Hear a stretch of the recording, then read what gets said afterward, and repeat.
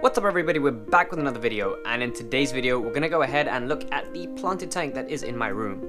It's been a couple of months since we've done an update on this tank, and as you can see it's looking a lot greener than it was before, and that's obviously because the plants have started to grow and to spread and to do their own thing, and we've also improved the lighting so it looks a heck of a lot better. So let's quickly talk about that first, and then we'll get into some of the changes we did. So firstly, I went ahead and I added in a second light, so so that the plants get adequate lighting, mainly because the Monte Carlo, which is these splodgy plants over here, they thrive best and carpet the best when you have light. Another reason I wanted to increase the light intensity was for these plants here are Cryptocorum wenditi, or Wenditite, I don't really know the best way to pronounce it, but if you have low lighting they tend to grow up, these leaves are trying to reach for the light, but if you have good lighting and adequate lighting then they kind of stay lower down, which is what I wanted when I got them. So these guys are doing nice. This is a little amalgamation of an Anubias and a Wenditi. I kind of planted them really close together and they kind of merge into one big super plant. So they look pretty cool. I don't know how well you're going to see this, but we also got some shrimp there doing their own things. Probably camera's not going to be able to focus on them very well because they are teeny tiny. But we've got, we had that one pregnant female who has given birth to quite a few babies. Some of them have grown quickly, some of them are still a bit smaller. I'm not terribly sure if any other breeding activity has gone on in this tank, because what happened was we had a lot of duckweed on the top. So all this green stuff here, we had this entire thing covered in duckweed, and you couldn't see anything because it was so dark. It's so much better now than it was before. I put all the duckweed in the pond, and then the koi and all the other fish will eat that. But that duckweed made it really difficult to see what was going on, and plus they were able to hide in the duckweed, so it wasn't easy to keep track of all the shrimp.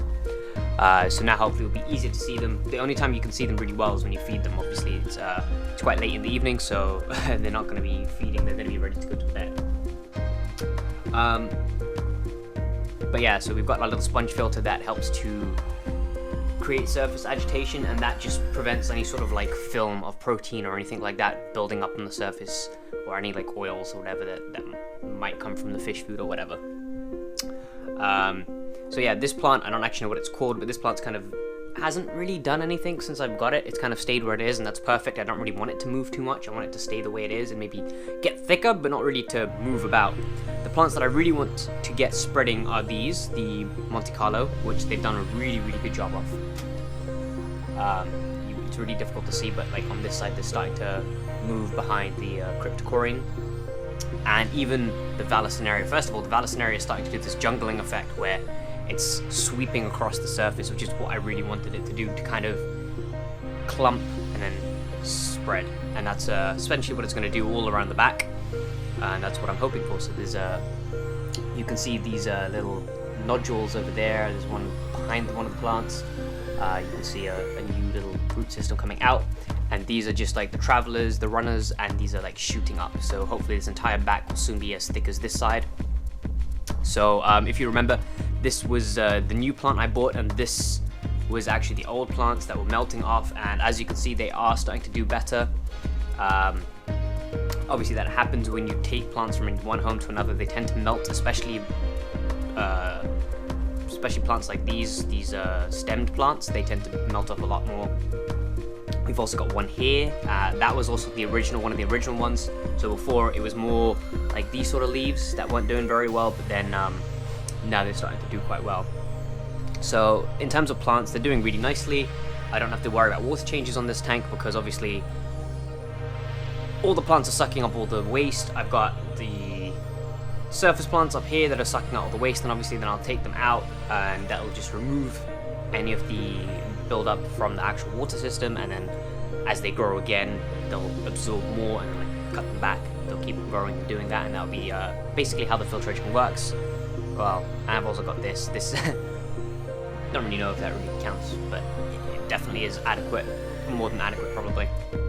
As you can see, the glass is a lot cleaner as well. I've got the little thingy thing over here so that I can clean the glass so that it's really easy to see. And yeah, it's just a really nice tank, so I just sit here and just green and really nice. But yeah, I just wanted to do an update because I haven't really done an update on this tank for a while, and the reason was obviously plants aren't exactly very quick. There wasn't really much exciting stuff going on in this aquarium. As you can see, there is still like some melting that is going on, or that has gone on, and it's not rectified yet. There is still some die-off at the bottom, but hopefully the plants will overgrow and this will become a really nice jungle effect. And that's what I'm hoping for, is this to become really wild and just overgrown. So at the moment, I'm just waiting for this to fill in the back. When it starts to move forward, I'll start to kind of control that. I really want this to carpet as much as it can, even if it's only like half the tank. I'll be really happy with that. But yeah, I mean, this is just I don't really know what this is. It's just an amalgamation of different plants. I wanted to keep a planted tank, but I'm not very good at escaping, so this is what we ended up with. And yeah, I just really hope that, like I said, I'm not very successful with breeding shrimp. I've had loads of shrimp in the past, but I find it really difficult to actually get them to breed. So hopefully, they will continue to breed and they will continue to populate this aquarium. Because it'll be really cool to just see shrimp everywhere, like a massive colony, like you see like on other people's channels. They're really cool. Plus, I think the more shrimp we have, the better it'll be for the plants, because there's more nutrition or nutrients in the water for them to be absorbing and growing, which will allow this tank to enhance itself essentially. But yeah, I hope you guys have enjoyed today's update. It's not terribly interesting, but it does look really, really cool. I really do like plants. I've said this in plenty of my videos. I love plants in aquariums. They're just so natural. You know, they just help create an ecosystem basically, and they're great for everything. Like the shrimp can hide if they don't feel comfortable. Plenty of hiding spots. And they also, you know, we've got some snails here that do their job to keep the algae down as well. So it looks nice on top of everything else, and once it fills in, it'll look even better. So thank you guys so much for watching today's video. I hope you guys enjoyed today's video. Please go ahead, leave a like, subscribe, ding the notification bell, and go ahead and follow me on Instagram, where you guys can get daily update on what goes on in the fish room, and hopefully we'll bring you more updates like this with the shrimp. I'll see you guys in the next one. Peace out.